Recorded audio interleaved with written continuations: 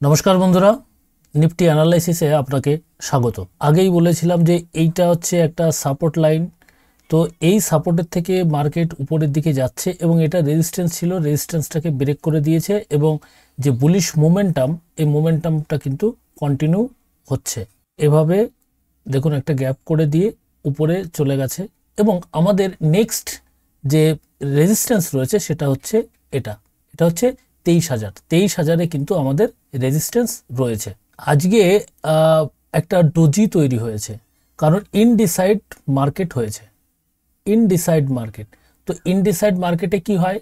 ইনডিসাইড মার্কেটে পরের দিন যেদিকে মোমেন্টাম দেয় সেদিকে কিন্তু ভালো মোমেন্টাম আসতে পারে। আমরা এই উপরে এবং নিচে যদি আমরা মার্ক করে দিই এবং যেদিকে মার্কেটটা যাবে সেদিকে কিন্তু একটা মুভমেন্ট দিতে পারে। এই মুভমেন্টটা কত? এইটা হচ্ছে 22,940, 22,940, 22,940-এর উপরে যদি মার্কেট যায় তাহলে কিন্তু একটা মুভমেন্ট দিতে পারে। 22,940, 22,940-এর উপরে যদি মার্কেট যায় তাহলে বুলিশ মোমেন্টাম দিতে পারে। কিন্তু সেক্ষেত্রে দেখুন এখানে কিন্তু একটা রেজিস্ট্যান্স রয়েছে, এটা কিন্তু আমাদের দেখতে হবে। এই রেজিস্ট্যান্সের যদি ব্রেক করে তাহলে কিন্তু ভালো মোমেন্টাম আসতে পারে খুব তাড়াতাড়ি।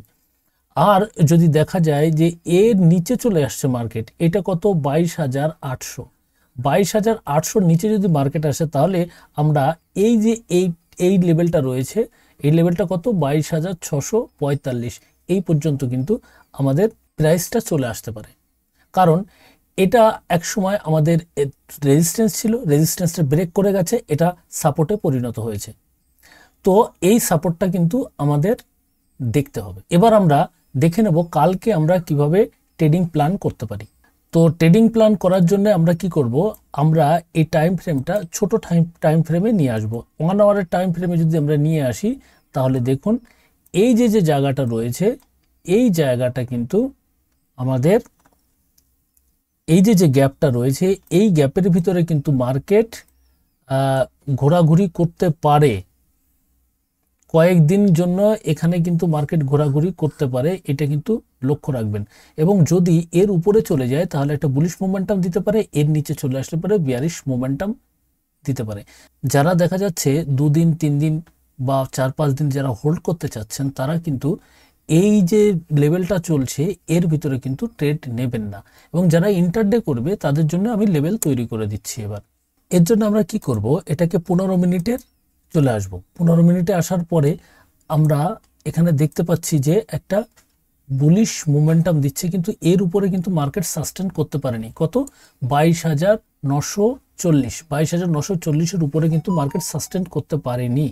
তো সেক্ষেত্রে আমাদের কি হতে পারে?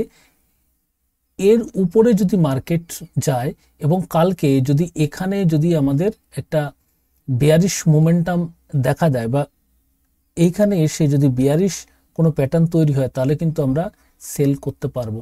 এইটা কত? 23,040, 23,040-এ মার্কেট গিয়ে যদি দেখা যায় ইজিনেস ফিল করছে না বা এখানে কনসলিডেট করছে তাহলে কিন্তু আমরা সেলিং পজিশনে যেতে পারি। এবার আরেকটা জিনিস আমরা দেখে নিই, সেটা হচ্ছে আমরা একটা সিপিআর লাগিয়ে নিই। সিপিআর লাগালে কি হয়? সিপিআর লাগালে আমাদের পরের দিনের মোমেন্টামগুলো ক্যাচ করতে সুবিধা হয় এবং পরের দিন কেমন মোমেন্টাম নিতে পারে সেদিকে আমরা একটু দেখতে পারি। সেক্ষেত্রে কি হয় দেখুন, এই যে সিপিআর কিন্তু ন্যারো সিপিআর হয়েছে, অর্থাৎ সিপিআর কিন্তু ছোট হয়েছে। আগের দিন কিন্তু হোয়াইট সিপিআর ছিল, এই সিপিআরটা অনেক বড় ছিল। আজ এর পরের দিনের অর্থাৎ কালকে যে সিপিআরটা কিন্তু ছোট হবে। তো ছোট সিপিআর হলে কি হয়? ন্যারো রেঞ্জ হলে পরে তার মোমেন্টামটা কিন্তু অনেক ভালো হয়। সেক্ষেত্রে যদি এর উপরে যদি মার্কেট সাস্টেন করে কালকে তাহলে কিন্তু আমরা এই পর্যন্ত টার্গেট নিতে পারবো, অর্থাৎ এখানে আমরা বাইং করতে পারবো এবং এই পর্যন্ত আমরা কিন্তু টার্গেট এই পর্যন্ত আমরা রাখতে পারি। কিন্তু যদি দেখা যায় ফার্স্ট আওয়ারে এখানে চলে গেছে, এখানে কনসলিডেট করছে এবং কোনো বেয়ারিশ কোনো সেটআপ তৈরি হয়েছে তাহলে আমরা কিন্তু এখানে সেলিং করব। তো কালকে আমাদের এই যে লেভেলটা রয়েছে এই লেভেলটা কত? 23,040 আমরা দুটো ট্রেডই পেতে পারি, অর্থাৎ বিয়ারিশও পেতে পারি, বুলিশও পেতে পারি। কিন্তু এখানে কথা হচ্ছে এই যে গ্যাপটা, এই গ্যাপটা কিন্তু একটা হিউজ গ্যাপ, এই গ্যাপটা কিন্তু হিউজ গ্যাপ।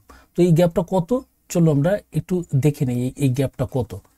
এই গ্যাপটা হচ্ছে এইখান থেকে, এই মার্কেটটা যে ক্লোজ হয়েছে এখান থেকে এই পর্যন্ত বা এর উপরে আমরা যেতে পারি। এটা যে 61 মানে 0.61% এটা মোমেন্টাম, মানে 140 পয়েন্টের উপরে এর একটা মোমেন্টাম আমরা এখানে পেতে পারি, অর্থাৎ এই ভেরিয়েশনটা আমরা পেতে পারি।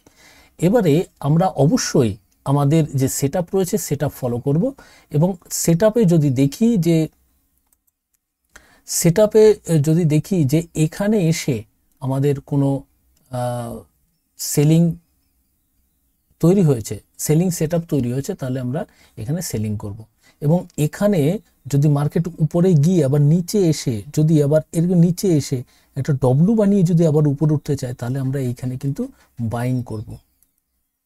এই লেভেলটা কত, এই লেভেলটা এই যে কালকের যে পিভট রয়েছে, এই পিভটটা হচ্ছে 22,907, এইটা হচ্ছে পিভট। এই পিভটের উপরে থাকলে কিন্তু আমরা সবসময় চেষ্টা করব যে বাইং পজিশনে যেতে। এবং এর নিচে যদি মার্কেট চলে আসে, অর্থাৎ সিপিআর এর নিচে যদি চলে আসে, সিপিআর নিচে কত 22,899, এই পর্যন্ত যদি মার্কেট চলে আসে, তাহলে কিন্তু আমরা সেলিং অপরচুনিটি খুঁজব। তো আমাদের লেভেল হচ্ছে তিনটে লেভেল এখন দেখা যাচ্ছে। একটা লেভেল হচ্ছে 23,040, আরেকটা লেভেল হচ্ছে এই 22,907, আরেকটা লেভেল হচ্ছে 22,678। যদি দেখা যায় ফার্স্ট আওয়ারে মার্কেট এখানে চলে এসছে, এখানে এসে যদি সেটআপ তৈরি হয়, তাহলে কিন্তু আমরা একটা বুলিশ মোমেন্টাম পেতে পারি। তো আমরা এই যে কয়েকটা লেভেল রয়েছে, এই লেভেল অনুসারে কিন্তু আমরা কাজ করতে পারবো। সবথেকে বড় কথা হচ্ছে, আপনারা যখনই কাজ করবেন, যখনই আপনারা বাইং বা সেলিং করবেন, তখন আপনার যে স্ট্র্যাটেজি রয়েছে, এই স্ট্র্যাটেজিটা অবশ্যই ফলো করবেন। এটা হচ্ছে, আমি যেটা দেখাচ্ছি, এটা হচ্ছে শুধুমাত্র একটা লেভেল তৈরি করলে কি হয়, একটা মোমেন্টাম পাওয়ার একটা চান্সেস থাকে, এবং আমাদের একটা রেঞ্জ তৈরি হয়ে যায় যে এই রেঞ্জ পর্যন্ত এই রেঞ্জ কাজ করতে পারে আজকে মার্কেট। কিন্তু সব কিন্তু প্রিপ্ল্যান্ড হয় না, অর্থাৎ আজকে আমি যে ডিসিশন নিচ্ছি, সেই ডিসিশনটি যে ফুলফিল হবে এমন কোনো মানে নেই। শেয়ার মার্কেটে কোনো রকমের গ্যারান্টির কোনো জায়গা নেই, কিন্তু আমাদের রিস্ক টু রিওয়ার্ড ফলো করে যদি আমরা চলি, তাহলে আমরা লং টার্মে প্রফিটেবল হতে পারবো। এই ছিল আমাদের নিফটির অ্যানালাইসিস। এবার আমরা দেখে নেব ব্যাংক নিফটির অ্যানালাইসিস। দেখুন, ব্যাংক নিফটিতে কালকে বলেছিলাম যে পরের দিন হয়তো মার্কেট সাইডওয়েজ হতে পারে, কিন্তু সাইডওয়েজ তো হয়েছে। কোথায় গিয়ে হয়েছে? সাইডওয়েজ হয়েছে এইখানে এসে। দেখুন, এইখানে এসে কিন্তু মার্কেট সাইডওয়েজ হয়ে গেছে, এইখানে এসে সাইডওয়েজ হয়ে গেছে। এইটা কটার থেকে দেখুন, আজকে যারাই এখানে ট্রেড নিতে গেছে তারা কিন্তু ফেসে গেছে। কারণ কাল আগের দিনই বলেছিলাম যে কালকে মার্কেট সাইডওয়েজ হতে পারে। তো যারা প্রথম ক্যান্ডেলে যারা বাইং বা সেলিং করেছেন, তারা কিন্তু প্রফিটেবল হয়েছে। কিন্তু কথা হচ্ছে, মার্কেট ওপেন হতেই কে এন্ট্রি করে? খুব এক্সপার্ট না হলে কিন্তু এন্ট্রি করে না। তারা দুটো তিনটে ক্যান্ডেল তারা ওয়েট করে, অর্থাৎ 9:15-তে মার্কেট খোলে, আপনারা ওই 9:30 বা 9:45 গিয়ে আপনারা এন্ট্রি করেন। তখন যদি আপনি এন্ট্রি করতেন, একদম ফেসে যেতেন। একই জায়গা মার্কেট ঘোরাঘুরি করছে এবং বারবার আপনাকে কিন্তু সিগন্যাল দিত, এবং সিগন্যালে যখনই আপনি এন্ট্রি করতেন তখনই আপনি ফেসে যেতেন। তো এই হচ্ছে আগের দিনের যে অ্যানালাইসিস, এই অ্যানালাইসিস কাজে দেয়। তো দেখুন, কালকে যেরকম বলেছিলাম যে মার্কেট সাইডওয়েজ হবে, সেই সাইডওয়েজ হয়েছে কটার থেকে নিয়ে? এইটা 10টার থেকে নিয়ে সাইডওয়েজ হয়ে গেছে মার্কেট। 10টা, 10:30টার পরে থেকে একদম মার্কেট সাইডওয়েজ হয়ে গেছে। এদিন শুধু এন্ট্রি এসছে, এক্সিট এসছে, এন্ট্রি এক্সিট, মানে এটা ওভার ট্রেডিং করার একটা বড় রকমের একটা ফান্ডা তৈরি হয়েছিল। যাই হোক, এটা তো গেল আজকের যেটা হয়েছে। আমরা আগামী দিনে কি হতে পারে সেদিকে একটু দেখব। দেখুন, আগের দিন হোয়াইট সিপিআর ছিল, আজকে কিন্তু সিপিআর হয়েছে ন্যারো, অর্থাৎ কালকে কিন্তু একটা মোমেন্টাম দিতে পারে। সে মোমেন্টাম উপরেও দিতে পারে, নিচেও দিতে পারে। চলুন আমরা একটু বড় টাইম ফ্রেমে এটাকে অ্যানালাইসিস করে দেখি। বড় টাইম ফ্রেমে অর্থাৎ আমরা ওয়ান ডে ক্যান্ডেলে চলে যাব। ওয়ান ডে ক্যান্ডেলে গিয়ে আমরা ওই যে বলেছিলাম না আগের দিন যে এখানে কিন্তু এখানে ওই যে ডব্লু প্যাটার্ন বানিয়ে উপরে উঠছে, দুবার উঠেছে, এই যে এইখানটা আমরা একটা সাপোর্ট বানিয়েছিলাম। এইখানটায় আগের দিন বলেছিলাম যে এই যে সাপোর্ট, এই সাপোর্টটা কিন্তু খুব সুন্দর কাজ করেছে। তো এটা কালকেও বলেছি, আজকেও বলছি, এখানে কাজ করছে, খুব সুন্দর কাজ করছে। কিন্তু দেখুন এখানে যে ডব্লু তৈরি হয়েছিল, এই ডব্লুটা কিন্তু এখানে গিয়ে সাস্টেন করতে পারেনি। তো এইখানে এসে কিন্তু আরেকটা ডব্লু তৈরি হয়েছে, এই ডব্লুটাও কিন্তু ব্রেক করে গেছে। এবার ব্রেক করার পরে এটা কি সাস্টেন করবে, কে বলতে পারে। কিন্তু আমরা বড় একটা টাইম ফ্রেমে যদি আমরা দেখি, তাহলে আমরা এইখানে যদি আমরা এরকম ধরি, তাহলে এখানে ধরি, এখানে, তাহলে এখানেও কিন্তু একটা ডব্লু তৈরি হচ্ছে। এই ডব্লুটা এইখানে গিয়ে কিন্তু শেষ হবে। তো কথা হচ্ছে এই যে যে 1 2 3 3 দিন যে মার্কেট একটা মোমেন্টাম দেখাচ্ছে, বুলিশ মোমেন্টাম, এই মোমেন্টামটা কি কালকে থাকবে?